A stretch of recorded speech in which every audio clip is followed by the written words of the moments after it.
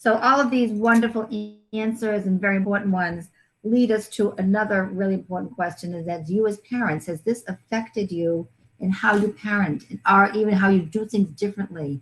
I heard some indication, especially from you, Aaron, boy, this, I'm looking at this differently now. I didn't know that I needed to know that. Or those kinds of reflections and insights once you go through that. Do you find yourself doing anything differently because of that? Again, I thank Aaron, because you made me think about this. Go back to ball kicking again, our favorite example, but truly it does make me think more about how valuable it would be to continue doing the ASQ, to have these little nuggets of information come, because yeah, you think kicking is kicking until you realize, oh, there could be stages of this that I'm not fully aware of. And to have this device available that is not that much work, but totally tailored to your own child is wonderful. And I think that one thing I just wanted to be sure to add too while I was on this call is that, you know, Lucy's in daycare. We get, well, not right now, but, you know, we get feedback from her teachers. We get a yearly evaluation that does cover some of this, but that's once a year. So I think maybe at first I thought, oh, ASQ probably isn't for me because my kid's in daycare and I hear from the teacher regularly. But I thought to do it for fun, and I thought, you know, this is a great compliment. I do get good feedback there, but here's another way to look at it. So it's not just because you might be getting feedback other places doesn't mean it's not worth doing. I think I thought, oh, this should probably be for parents who don't have their kids in daycare, and it's just a good resource for them. But I think it's good for anybody. That's great. That's great.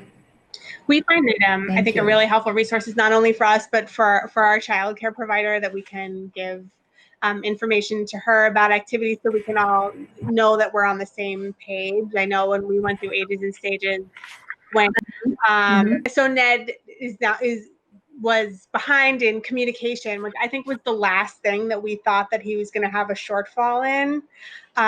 So having that feedback was very valuable to us, and just understanding, being able to share not only with ourselves, but also to our childcare provider who's with him, you know, as much as we are, really, to know that we're all, because we all do different things with him. So to know that we all in a different way can maybe focus on something a little bit extra that we hadn't been doing. I feel like I am always sort of one ASQ behind. Like I'm always sort of, if there's a question that's a not yet, I am thinking about that all the time after that. And then, you know, so I'm always focusing on, okay, well, he's not doing this now. So I'm always looking for it. And then I don't think about, all right, well, what are the things he needs?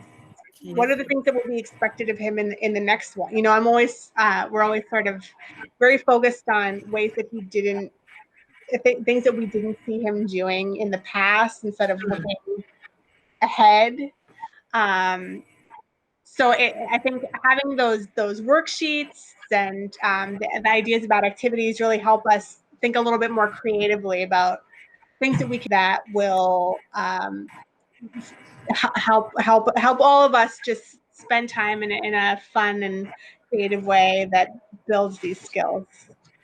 Got it. What would you tell other families about the ASQ? Are there anything you would say is a useful tool, not so useful, or, you know, just, you've said some wonderful things this evening, so I really have captured a lot of your theme. If you were to say to another parent who said, jeepers, should I try this program? I don't know. What kind of things could you say to that family or parent? I've told a couple of other parents about it. I'm not sure if they've taken to it, but, you know, it sort of goes back to what I said at the very beginning, that from our perspective, it just gave us sort of a broader, sort of more holistic picture of kind of Liam's levels of development. It didn't sort of, you know, it's not something that we sort of did that we sort of felt we had to do. It's something that we felt, having done it, was good to have done. Good to see sort of where he was on different milestones. You know, again, for us being sort of isolated from a lot of family and so forth, it was nice just, I suppose, to have a different set of educated eyes saying, okay, so Yeah. here's where he is on this, here's where he is on that, because we just see him and we sort of see him every day, and we kind of don't see him in relation to these kind of, again, I use the word milestones that Right. sort of are there for kids at different ages. Yeah. And I also say that, sort of similar to what sort of Melissa and Annie had said, that you get a lot of kind of good techniques and sort of different activities you can do with your child, and that's never a bad That's great. thing. You don't obviously Yeah. have to read every page that you guys give and say, I have to do this, from A all the way down to Z, and sort of fulfill every single piece of every single thing on the paper. But it's just good to sort of know about different activities. You learn a little bit more. I'm not quite as explicit as Annie was about sort of connecting activities to sort of different kind of stages and sort of different things, which I thought was actually great the way you said it. And sort of being kind of one ahead, which I think is a nice way to do it. So if I was to be suggesting now to people, to sort of go with the ASQ, I think based on this conversation, I'd even tell them I'd say a little more than I would have before. I think That's great. a lot there. It was a great sharing time. This is just terrific. Mhm. Excellent. Any other comments on what you would tell families? Yeah. Hannah? I mean, I find it very fun. Great. You're a fun person. Unlike maybe some other people, I was an early childhood educator previous to having Nathan, so I find it really fun to try the activities, and then, like people were saying, have the data afterwards. But it really, it feels kind of like they're all like little games. So doing it itself is kind of a fun activity, and then having all of the follow-up suggestions. Yeah, great. For example, I hadn't really thought that he might be old enough to do dress up, but it was on one of the lists, and so we kind of pulled together a bunch of random things from the house, and now he particularly loves dressing up Bill. When we play dress up, I play dress up. Oh, that's great, Bill. Bill. That's great. Yeah, I think it's easy and fun to do, and then you get such a great snapshot of your child. I think especially if you do it over time, and we've kind of seen there's kind of patterns for Nathan. So he tends to lag a little bit behind on the gross motor, and then he catches up. And then, so we kind of get to know his patterns and kind of what his things are. And it really feels like it helps us know him as an individual child and kind of see. And I think for number 2, I think we'll probably start doing them even earlier. Oh, wonderful. And, get a sense of how they might be different, and so how we might be able to support differently. Otherwise, we might default to just, parenting them the same, but they might be very different children. And so having more, I think the better you know your child, the better you can parent that child. And so I think, like someone was saying, it's another tool, it's another way to get to know them. But it really does it forces you to really look at your child and who they really are, and so then what can you do to meet them where they are. And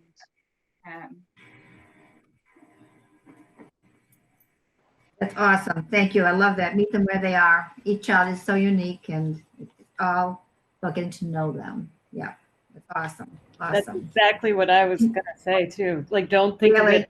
It's not a test. It's just a way to get to know your little person better. Love it.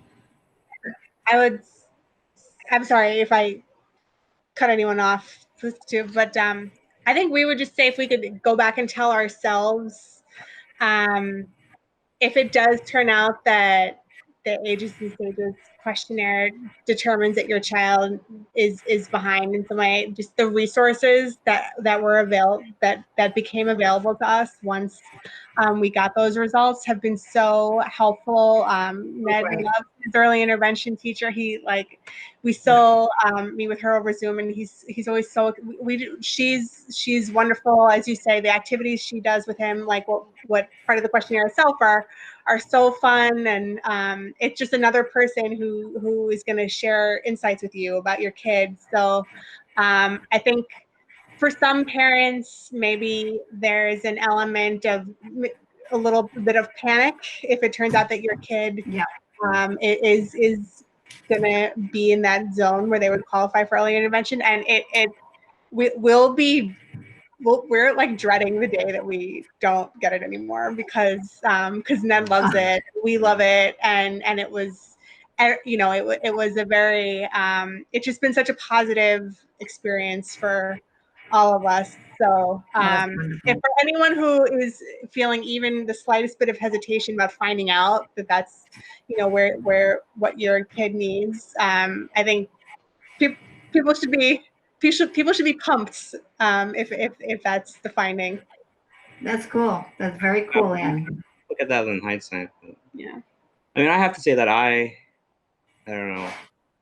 After we did get that, and maybe it's my own neuroses, but like I went and like read a lot about, I don't know, developmental issues and things like that. And so I don't know if it would have helped a little bit to have it more in context. You know, the distribution of behaviors is broad, and you know, kids catch up, and you know, I didn't know what it meant. Like, was this like were these, you know, 1 sigma, 2 sigma, 3 sigma deviations? Like, I don't, yeah. So it would have been nice to have those kind of that context, because I don't know, for at least like the week after, it went kind of into a rabbit hole.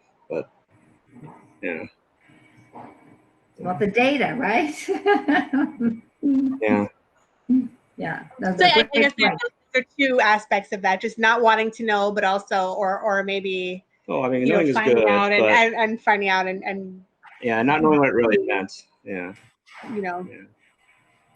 Well, the one they're both 2 sides of a similar kind of impulse that parents might have, but again, it's been a very positive experience for us.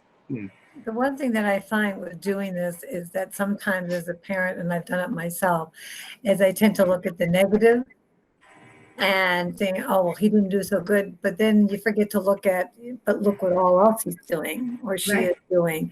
You know, they can only juggle so many things, and you realize by doing that as repetitive, if you do more, you have a better understanding of where the ebb and tide flows with their strengths and their weaknesses, and that you're like, wow, well, it went up this part, but it's like, you know, this part and this part were, you know, 3 out of the 5 had gone up, and this one kind of went down. And it's interesting to see sometimes that just might be where that child is when they get into school. So the nice thing is what I look at, and I wish that I had that, because it does help you with the precursor before you get in to the public school or into kindergarten, 1st grade, and that you kind of already know where your child's learning style is. Excited, because I know then that just gives you more information and provides more support, you know, and doing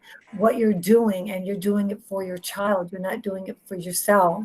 You're doing it for them. It's scary to do something, as you said. What if I find out something I don't want to know?